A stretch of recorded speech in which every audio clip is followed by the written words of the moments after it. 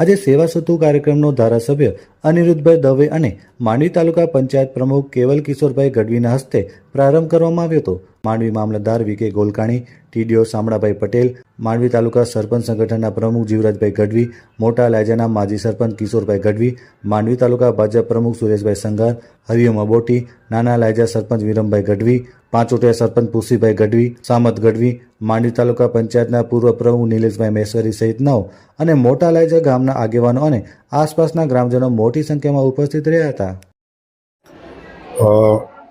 9 તબક્કાની સફળતા બાદ આજે માંડવી તાલુકાના મોટા લાયજા ગામે 10મા તબક્કાનો આ પ્રથમ સેવા સેતુ યોજવામાં આવેલ છે। કેટલા ગામોને લાભ મળ્યો છે?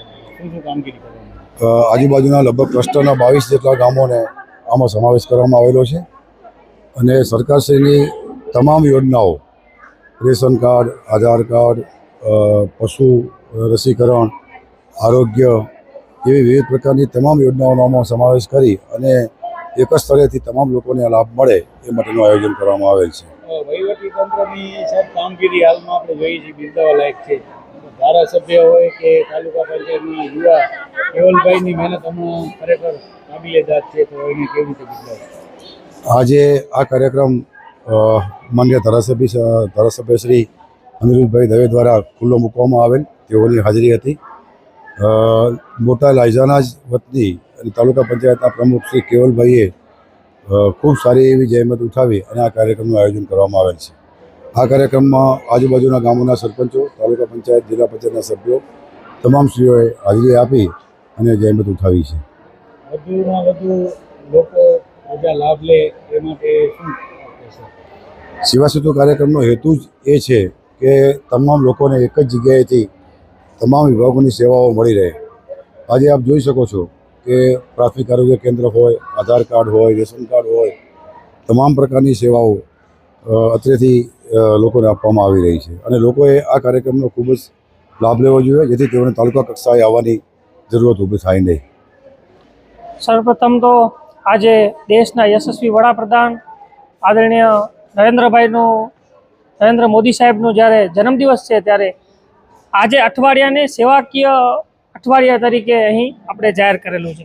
મિત્રો, સેવાકીય પ્રવૃત્તિમાં દરેકે દરેક સંકલ્પ લીધો છે કે આ અઠવાડિયામાં કેમ વધારેમાં વધારે પ્રજાની સેવા થઈ શકે, કેમ વધુમાં વધુ સરકારી યોજનાનો લાભ લઈ શકે, એના માટે સેવા સેતુનો કાર્યક્રમ પહેલા તબક્કે આજે માંડવીમાં, એના પાછળ ગઢસીસા અને બિદડા એમ 3 જગ્યાએ માંડવી તાલુકામાં વિવિધ જગ્યાએ રાખવામાં આવ્યું છે।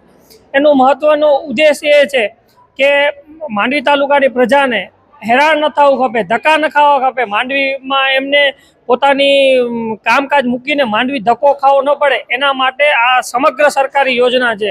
જેમ કે આયુષ્માન કાર્ડની યોજના છે કે જે 5 લાખ રૂપિયા કેન્દ્ર સરકાર, 5 લાખ રૂપિયા રાજ્ય સરકાર, એમ કુલ 10 લાખ રૂપિયા, એવી અનેક સરકારી યોજનાઓ, આયુષ્માન કાર્ડની યોજના હોય, વિધવા સહાયની યોજના હોય, કુંવરબાઈનું મામેરું યોજના હોય, એવી સમગ્ર યોજનાઓનો લાભ અહીં એક જ જગ્યાએ મળી રહે, એટલે દરેકે દરેક સમગ્ર તંત્ર સાથે રહી અને આદરણીય મામલતદાર સાહેબ શ્રી, તાલુકા વિકાસ અધિકારી અને હું તો ધારાસભ્ય શ્રી અનિરુદ્ધભાઈનો પણ અત્રેથી તમારા માધ્યમથી ખૂબ ખૂબ આભાર વ્યક્ત કરીશ કે એમના માધ્યમથી એમની વિશેષ ઉપસ્થિતિમાં આજે કાર્યક્રમ આયોજન કરવામાં આવ્યું અને તેમના દ્વારા પણ એક પહેલ કરવામાં આવી છે અને ધારાસભ્ય શ્રી ખૂબ સારી પહેલ કરી રહ્યા છે વૃક્ષો વાવવાના ક્ષેત્રે। તો હું તમારા માધ્યમથી એમની પહેલને પણ બિરદાવું છું અને આ અઠવાડિયામાં જેમ વધારે વૃક્ષો વાવાય એવી પણ હું તમને તમારા માધ્યમથી આખા તાલુકાના સમગ્ર લોકોને અપીલ કરું છું। અને આજના પ્રયાસથી, સેવા સેતુના પ્રયાસથી ગામના